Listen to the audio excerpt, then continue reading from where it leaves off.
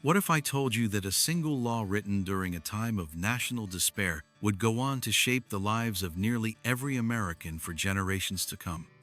That out of soup kitchens and jobless lines came an idea so bold, so humane, it would rewrite the role of government forever?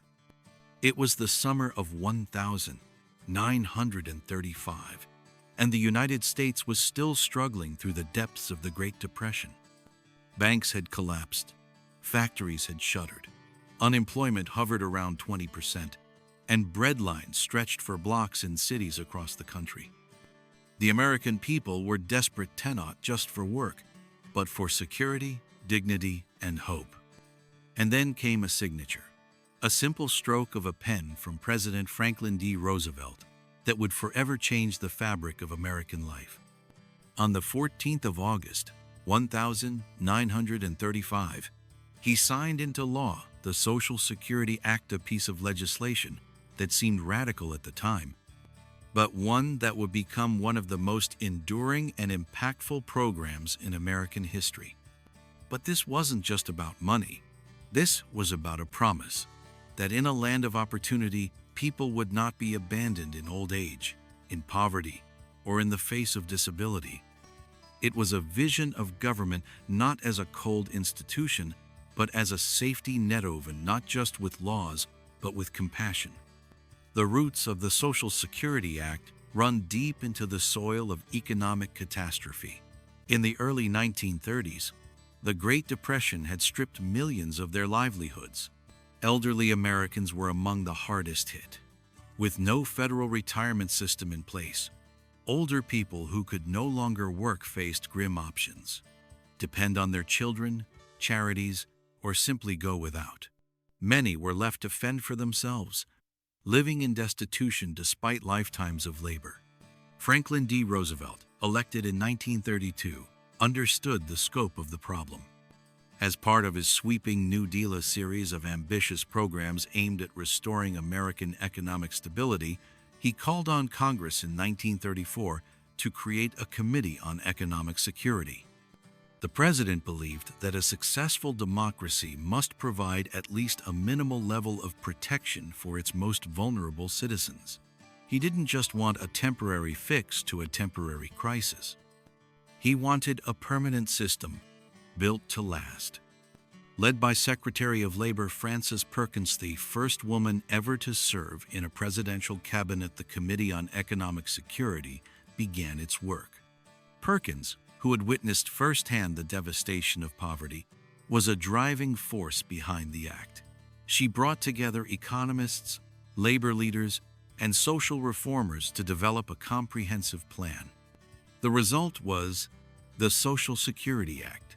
Introduced to Congress in early 1935, it proposed a federal old age benefits program, funded through payroll taxes shared by workers and employers.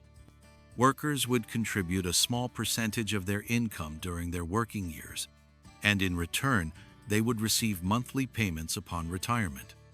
But the act didn't stop there. It also created unemployment insurance, designed to support those who had lost their jobs while they searched for new work. This was a radical concept in a capitalist economy, acknowledging that the market sometimes fails and that government has a role to cushion the blow. The act established aid to dependent children, a precursor to modern welfare programs. It helped fund public health services and provided grants to states to support programs for the disabled and the elderly poor. It was an acknowledgement that the challenges of life, unemployment, old age, illness, were not moral failings, but shared human experiences that society should face together. Debate in Congress was fierce. Critics warned of socialism and economic ruin. Business interests feared higher taxes and increased regulation. Some conservative lawmakers argued that individual initiative would suffer if people relied on government benefits. There were also significant compromises made to ensure the bill's passage, most notably the exclusion of agricultural and domestic workers from coverage, which disproportionately affected Black and minority Americans in the South.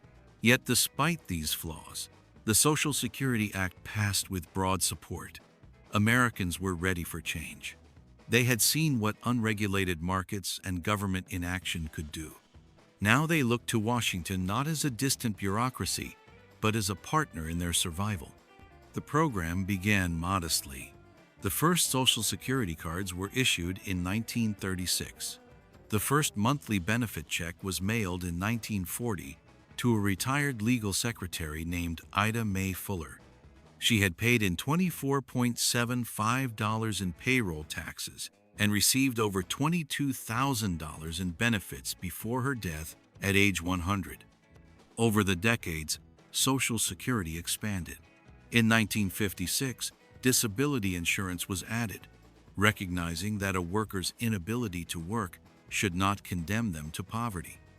In the 1960s, President Lyndon B. Johnson introduced Medicare and Medicaid as amendments to the Social Security Act, providing health care to seniors and low-income Americans. Social Security grew into the most significant anti-poverty program in American history.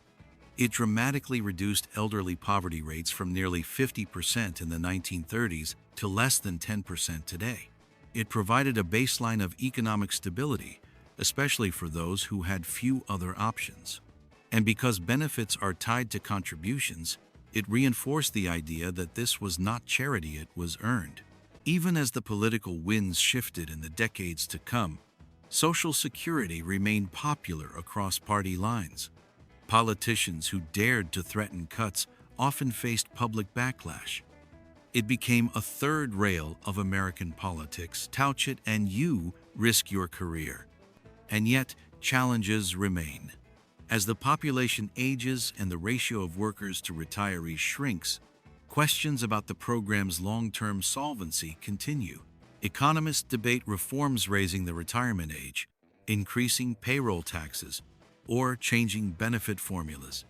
Politicians make promises. But for millions of Americans, Social Security is not an abstract policy issue.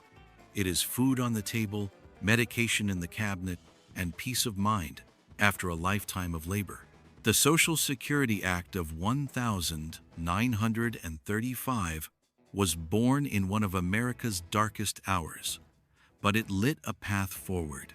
It showed that even in times of crisis, a nation could come together to protect its people. That economic justice was not only possible but necessary. Today, we often take Social Security for granted. It's a line on your paycheck, a form you fill out at retirement. But behind that system lies a story of courage, innovation, and deep compassion. A story that began with millions crying out for help and a government that, for once, answered. So the next time you see that deduction on your paycheck, don't see it as money lost. See it as your investment in a contract that spans generations. A promise made in 1935 that still holds true. In the United States of America, you will not walk through life alone.